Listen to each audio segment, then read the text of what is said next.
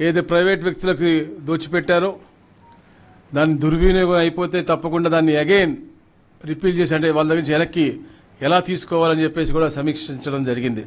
Programme digitalisation అనేది చాలా మంచి ప్రోగ్రాం, కానీ ఈ సర్వే రాళ్ళు అని చెప్పేసి లేదా పాస్బుక్ల కోసం అని చెప్పేసి ప్రజాధనాన్ని వేస్ట్ చేశారు.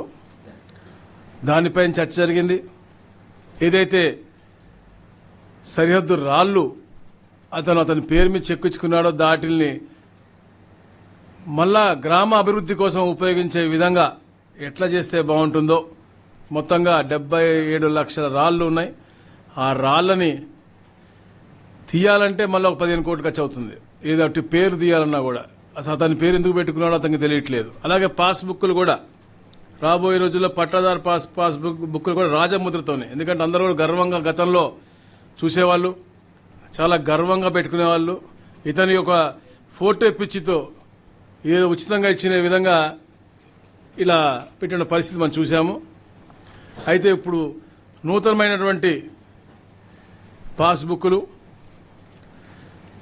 దాంట్లో కూడా ఇలా క్యూఆర్ కోడ్ అన్నీ కూడా వచ్చి, ఈ క్యూఆర్ కోడ్ వస్తే ఆటోమేటిక్గా అతని విస్తీర్ణం అతని సైజుతో పాటు ఎక్కడికైతే వెళ్లాలో దారి కూడా చూపించే విధంగా ఈ యొక్క కొత్త పాస్బుక్లు కూడా రూపకల్పన చేస్తూ ఉన్నారు.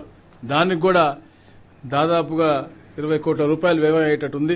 ఇవన్నీ కూడా అంటే ప్రజాధనాన్ని దుర్వినియోగం చేసుకుంటూ వాళ్ళ అనువాయులు బాగుపడే విధంగా కొత్త చట్టాలు తీసుకొచ్చి అసైన్మెంట్ భూమి పేరుతో అవకతవలు జరగడం, 22A అని చెప్పేసి చేయటం, మరి వారు చేసిన తప్పులన్నీ కూడా కప్పుపుచ్చిన విధంగా ఈ మదనపల్లి ఫైల్స్ లాగా అరాచకాలు చేయటం, ఇవన్నీ కూడా పూర్తిగా సమీక్షించాం. ఈ వీడియో నచ్చితే లైక్ చేయండి, షేర్ చేయండి.